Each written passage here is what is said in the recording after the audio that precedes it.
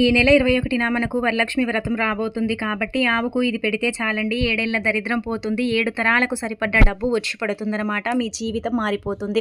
అయితే ఈ రోజున ఏంటంటే గనక మనం ముఖ్యంగా ఇంట్లో వరలక్ష్మి వ్రతం చేసుకుంటాం. అలానే కాకుండా ఇంట్లో అంటే లక్ష్మీదేవిని పూజించుకుంటూ ఉంటాం కదా.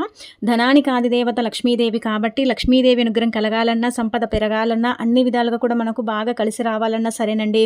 ఈ రోజున ఏంటంటే గనక మనం అమ్మవారిని పూజించుకుంటాం. అయితే ఇక్కడ ఒక విషయం గుర్తుపెట్టుకోండి.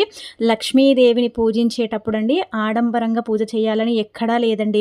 మనకున్న దాంట్లో మనం తృప్తిగా ఏంటంటే కనుక పూజ చేయొచ్చు. ఒక చిన్న దీపం పెట్టి అమ్మవారిని నిండు మనసుతో మనం పూజించామనుకోండి, ఆ తల్లి అనుగ్రహం కలుగుతుంది, సంపద కూడా పెరుగుతుంది. కాబట్టి ఎచ్చులకు పోయి మనం ఏంటంటే కనుక గొప్పలకు పోయి లేకపోయినా ఏంటంటే అప్పు చేసి పూజలు చేయకూడదని శాస్త్రాల్లో చెప్పబడుతుంది. కాబట్టి ఉన్నంతలోనే పూజ చేసుకుని అమ్మవారిని చక్కగా పూజించుకుంటే చాలన్నమాట. ఇంకా అలానే కాకుండా వరలక్ష్మి వ్రతం రోజున ఏంటంటే కనుక ఉదయాన్నే లేచి శుచిగా స్నాన కార్యక్రమాలు చేసి ఇల్లంతా కూడా క్లీన్ చేసుకొని ఇదంతా కూడా మనం ముందు రోజు చేసుకుంటాం కదా. పూజ పూర్తయిపోయిన తర్వాత లేదంటే పూజ కంటే ముందైనా సరే మీ ఇంటికి ఆవులు వచ్చినా లేదంటే మీ ఇంటి దగ్గరలో ఆవులు ఉన్నా సరేనండి, తప్పనిసరిగా ఏంటంటే కనుక ఇది పెట్టండి. ఇది పెడితే మంచిదనమాట.